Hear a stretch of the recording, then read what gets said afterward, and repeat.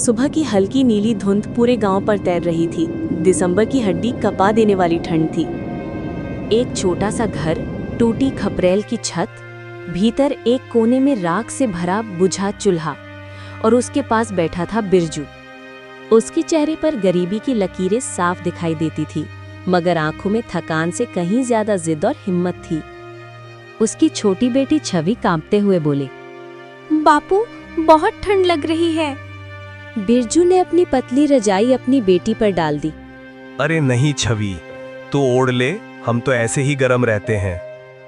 वो मुस्कुराया, लेकिन उसकी दांतों की किटकिटाहट सब बयां कर रही थी। उधर उसकी बीवी सीता चूल्हे में लकड़ी लगाने की कोशिश कर रही थी, पर लकड़ियां गीली थीं और धुआं आंखों में भर रहा था कि तभी सीता बोली, बिरजू, कुछ कर, बच्चा ठंड से कांप रहा है। इस बार सर्दी बहुत तेज है। बिरजू सिर झुका देता है।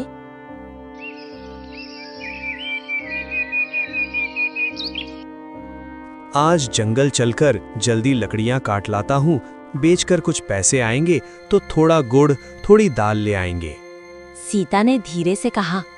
हीटर लेने की बात कर रहे थे नकुल? बिरजू ने होंठ दबाते हुए कहा। हाँ, ले तो लूं, पर पैसे। वो वाक्य पूरा नहीं कर पाया। दोपहर होते होते बिरजू कुल्हाड़ी कंधे पर रखकर जंगल पहुंचा। हर कदम पर ठंडी हवा चुभ रही थी। जंगल में उसने एक सूखे पेड़ की शाख देखी। कुल्हाड़ी उठाई ही थी कि सामने से आवाज आई, ओए बिरजू, फिर लकड़ी काटने आया है? बिरजू ने आगे देखा। वो था वन अधिकारी चौधरी साहब। उसकी आंखों में कठोरता और आवाज में हुक्म था। साहब, बच्चे ठंड से कांप रहे हैं, बस सूखी लकड़ियां ही ले जा रहा हूं। कोई हरा पेड़ नहीं काटूंगा, आप जैसा बोलोगे वैसा करूंगा। कानून सबके लिए एक है, कितनी बार मना किया है? लकड़ी काटते पकड़े गए तो चालान काट दूंगा, जेल भेज दूंगा। साहब, मैं गरीब आदमी हूं, मजदूरी का काम मिलता नहीं, बच्चों के लिए ही। बहाने बहुत हैं, चल हट यहां से निकल। मैं अभी पेट्रोलिंग पर हूं, दोबारा दिखा तो बुरा होगा। बिरजू ने उदास होकर कुल्हाड़ी बांधी और चुपचाप वापस चल पड़ा। शाम को जब वो खाली हाथ लौटा तो सीता समझ गई कि फिर कुछ गड़बड़ हुई है। सीता ने धीरे से पूछा, आज भी नहीं मिले लकड़ी? फॉरेस्ट ऑफिसर ने डांट कर भगा दिया, कहते हैं चालान कर दूंगा। बापू, मुझे बहुत ठंड लग रही है, हीटर कब आएगा? बिरजू के गले में शब्द अटक गए। तो फिर क्या करेंगे? ठंड बढ़ती जा रही है, लकड़ी नहीं काटने देते, मजदूरी भी कम है। मेहनत करूंगा, खेतों में, ईंट भट्टे में, जहां भी मिलेगा, पर बच्चों को ठंड से नहीं मरने दूंगा। इस साल हीटर लेकर ही दम लूंगा। तुम साथ हो तो उम्मीद भी है।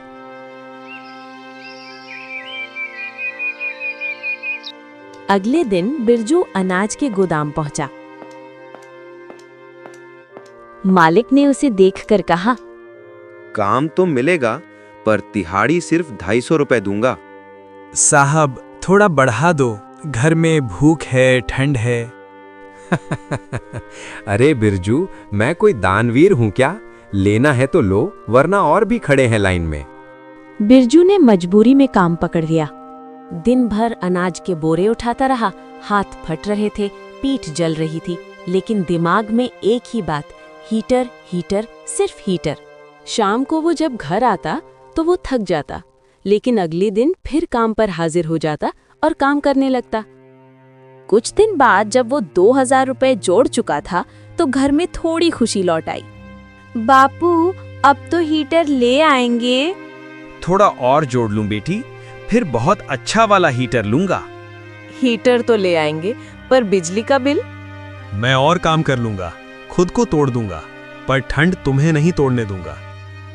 एक दिन वो जंगल से गुजर रहा था कि चौधरी साहब ने उसे रोक लिया। फिर जंगल में घूम रहा है? चोरी छुपे लकड़ी काटने आया होगा। नहीं साहब, काम से जा रहा था। देख, गांव वालों पर नजर रखनी पड़ती है। तुम जैसे लोग पेड़ काटते हैं और हमें ऊपर से डांट पड़ती है।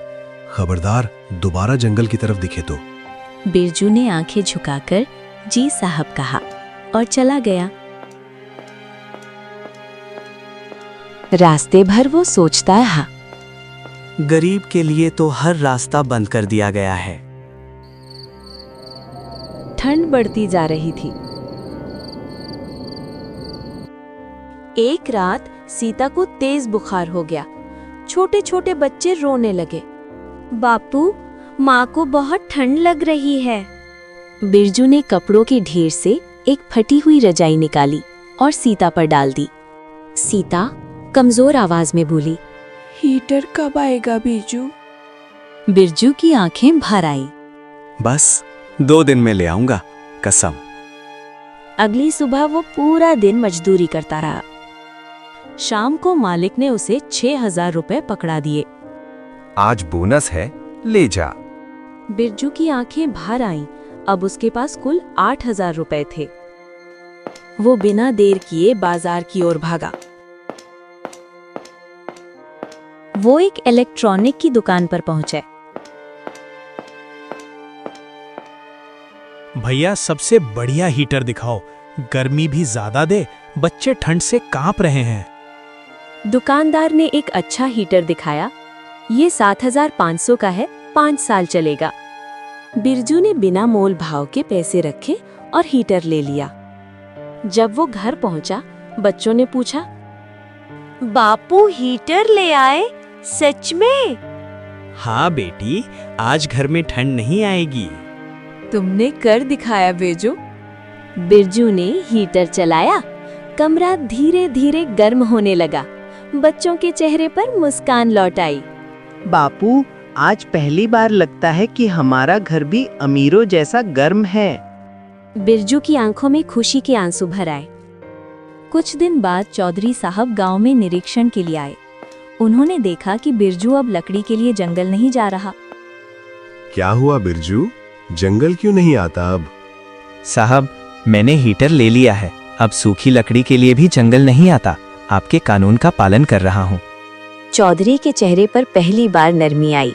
वो बोला, अच्छा किया, कानून तो सबके लिए है, लेकिन मेहनत के आगे मैं भी सलाम करता हूँ। अगर कभी मदद चाहिए हो बताना। धन्यवाद साहब। हीटर चलते हुए 2 हफ्ते बीत गए। घर में पहली बार ठंड का डर नहीं था। छोटे छोटे बच्चे हंसते खेलते नजर आते थे। एक रात बिरजू हीटर के पास बैठकर अपने हाथ सेक रहा था। सीता बोली, बिरजू, अब तुम रोज रोज जंगल नहीं जाते, मुझे डर भी नहीं लगता। अब हमें किसी का डर नहीं रहा। साहब की डांट के बाद भी अगर लकड़ी काटता तो अपराधी बन जाता। हीटर ने हमारा घर ही नहीं, किस्मत भी गर्म कर दी। बापू, क्या अब तुम स्कूल के लिए फीस भर दोगे? मैं पढ़ाई करना चाहती हूँ। बिरजू ने उसकी आंखों में देखा। उसकी अपनी भूली हुई उम्मीदें जग उठी। बेटी, अब तुम्हारे सपनों पर ताला नहीं लगेगा। एक दिन चौधरी साहब उनके घर के पास से गुजर रहे थे।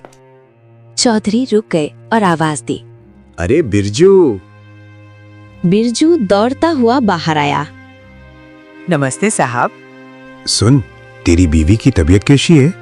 अब ठीक है साहब, हीटर से बहुत राहत मिल रही है। अच्छा है। देखो बिरजू, तुमने कानून का पालन किया और मेहनत से कमाया।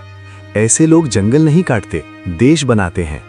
आपकी समझदारी से ही मैं जेल नहीं गया साहब, वरना बच्चे अनाथ हो जाते। अगर कभी नौकरी चाहिए हो तो वन विभाग के कैंप में सफाई और रखरखाव का काम मिल सकता है। कह देना कि चौधरी ने भेजा है। साहब, ये तो मेरे लिए वरदान है। अगले ही दिन बिरजू वन विभाग के कैंप पहुंचा।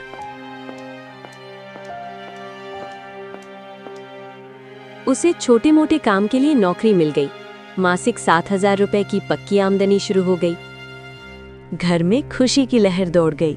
सीता बोली, बिरजू, अब तो बच्चे भी अच्छे से पढ़ पाएंगे। हाँ, अब मैं उन्हें अपने जैसा मजदूर नहीं बनने दूंगा। बापू, अब मुझे ठंड नहीं लगती। हमारा घर अब गरीब नहीं लगता। वो सर्दी का आखिरी महीना था। रात गहरी थी, ठंडी थी, पर घर गर्म था। हीटर की लाल रोशनी पूरे कमरे को जैसे खुशियों से भर रही थी। बिरजू, सीता और बच्चे हीटर के पास बैठे थे। सब चुप थे, लेकिन दिलों में शांति थी। लंबे संघर्ष के बाद पहली बार उन्हें ऐसा लग रहा था कि अब कोई डर नहीं, कोई भूख नहीं, कोई ठंड नहीं। बिरजू, ये हीटर तो जैसे भगवान का रूप बन गया, जिसने हमारी ठंड भी भगाई और किस्मत भी बदल दी। हीटर ने क्या किया, हमारी मेहनत ने किया है। बापू, आप सबसे बड़े योद्धा हो। आपने हमारी ठंड से लड़ाई जीत ली। अब सर्दी खत्म होने वाली थी। जंगल में पेड़ हरे होने लगे थे, गांव में खेतों में हल चलने लगे थे, और बिरजू का घर, जहां कभी धुआं और ठंड ही ठंड थी, अब वहां खुशियां थीं, गर्मी थी, उम्मीद थी। बिरजू ने घर की मिट्टी की दीवारों को देखते हुए कहा, गरीबी घर की दीवारों में होती है, पर हिम्मत रखने वाला आदमी अमीर बन जाता है। और तुमने ये साबित कर दिया। और हीटर ने हमारी सारी ठंड खत्म कर दी।